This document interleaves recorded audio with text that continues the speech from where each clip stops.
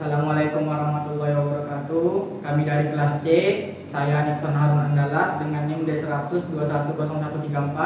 Saya Muhammad Fauzi dengan NIM D100210141. Saya Raffi Permadana dengan NIM D100210142.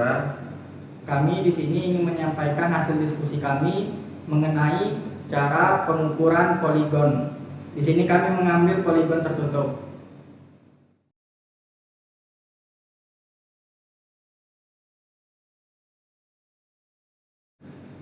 Nah, poligon adalah serangkaian garis yang berurutan, yang panjang dan arahnya telah ditentukan.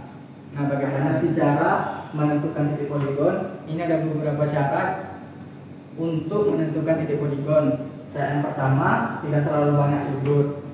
Kedua, jarak antar titik diusahakan sama. Yang ketiga, diusahakan tidak membentuk sudut lancip. Yang keempat, penempatan titik memudahkan dalam membidik objek. Yang kelima, penempatan titik diusahakan di samping objek yang mudah diingat. Setelah kita mengetahui syarat-syarat untuk membuat titik di poligon, langkah selanjutnya mari kita coba buat titik-titik poligon tersebut. Nah, pada titik pertama saya mengambil titik di sini. Titik kedua saya ambil di sini.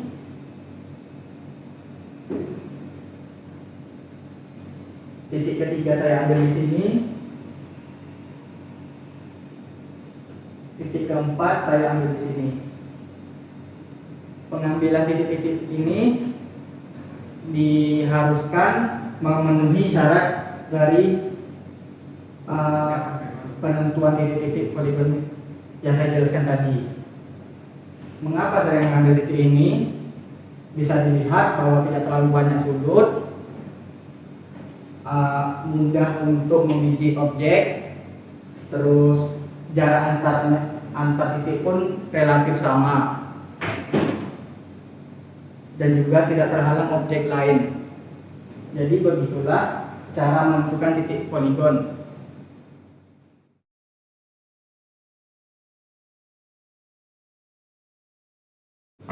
Alat yang digunakan untuk poligon nantinya yang pertama adalah teodolit. Teodolit ini sendiri salah satu alat ukur tanah yang digunakan untuk menentukan tinggi tanah dengan sudut mendatar dan sudut tegak. Alat yang kedua adalah waterpas. Waterpas ini adalah alat yang berfungsi untuk mengukur atau menentukan sebuah benda atau garis dalam posisi rata, baik pengukuran secara vertikal maupun horizontal. Alat yang ketiga, bak ukur. Bak ukur merupakan alat yang digunakan dalam pengukuran sifat datar pemakaian pesawat waterpas yang bertujuan untuk mencari beda tinggi antara dua titik. Alat yang keempat adalah kompas. Kompas sendiri adalah alat bantu untuk menentukan arah mata angin. Setelah menentukan titik-titik pada poligon, kemudian cara mengambil data poligon. Yang pertama, mencari azimut awal. Saya ambil contoh titik BN.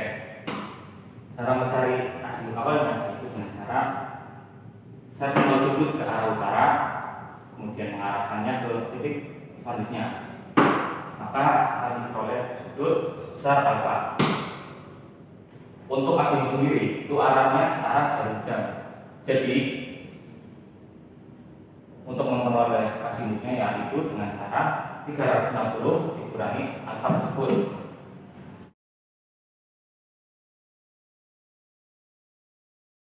Yang kedua, mencari sudut dalam. Saya ambil contoh di titik 2. Untuk mencari sudut dalam yaitu dengan cara set 0 sudut ke arah ke titik selanjutnya, kemudian mengarahkannya ke titik sebelumnya, maka akan diketahui sudut dalam sebesar alfa tersebut.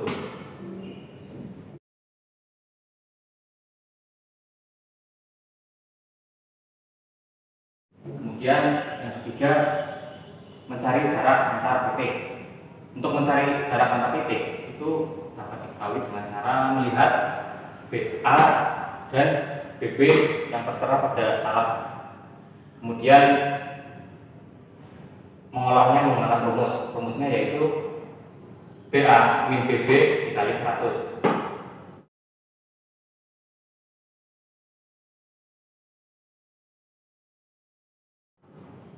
Kemudian yang keempat, pengipasan titik. Langkah-langkah dalam pengipasan titik yaitu yang pertama, set nol sudut ke titik selanjutnya. Kemudian mengukur tinggi pesawat, tinggi alat. Ketiga adalah mengipas. Sebagai contoh, saya akan mengipas. Saya mengambil contoh di titik 3. Saya akan mengipas titik A dan B. Nah, untuk mengipas titik A itu akan diperoleh BA, BB, dan sudut. Setelah melakukan pengipasan akan diperoleh BA, BB, dan sudut.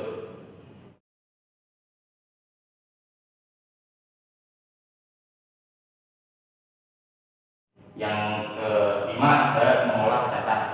Dalam mengolah data ini, itu yang akan diolah itu mencari PT, jarak, dan tinggi titik. Untuk mencari PT itu dengan cara BA tambah BB kurangi dibagi 2, BA tambah BB kurangi 2. Itu dapat didapatkan PT benang-benang. Kemudian mengolah data jarak. Jarak itu dapat diperoleh tadi BA dikurangi BB dikali 100.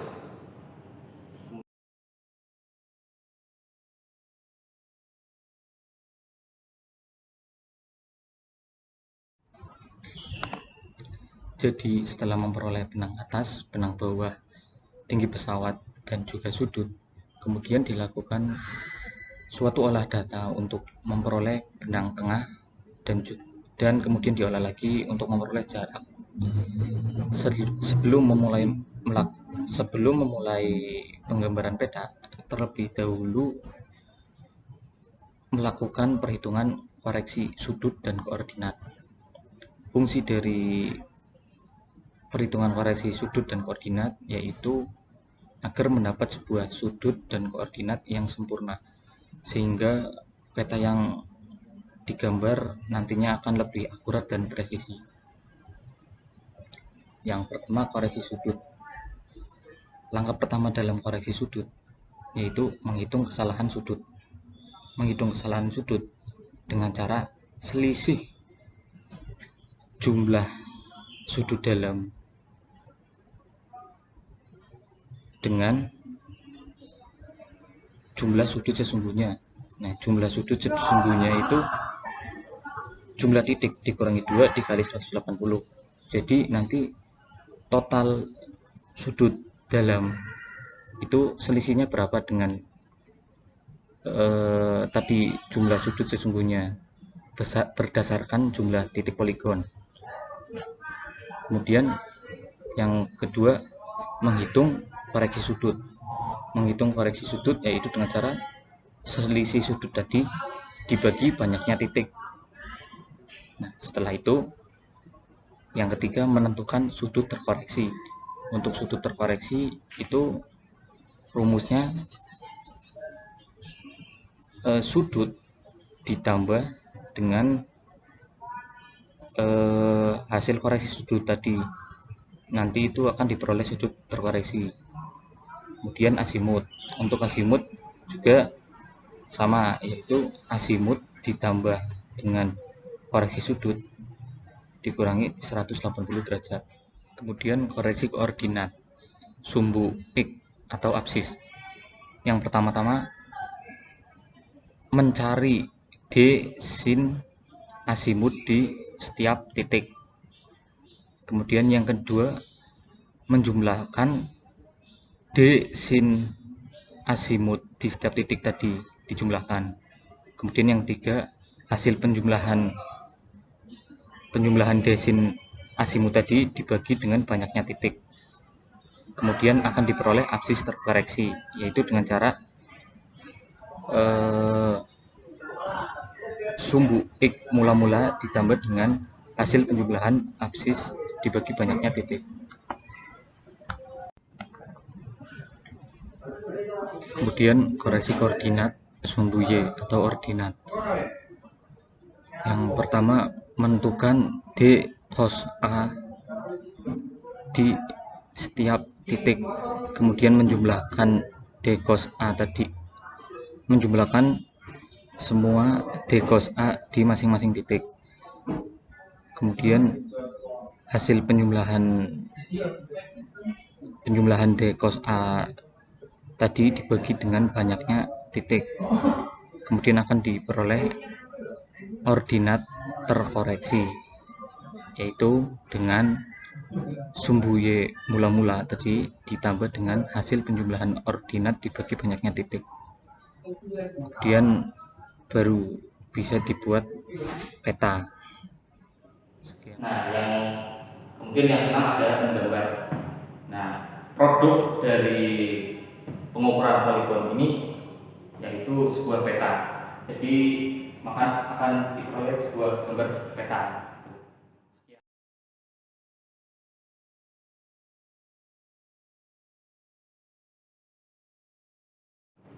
Itulah tadi penyampaian hasil diskusi kami mengenai tahapan pembuatan poligon. Semoga bermanfaat. Sekian, terima kasih. Wassalamualaikum warahmatullahi wabarakatuh.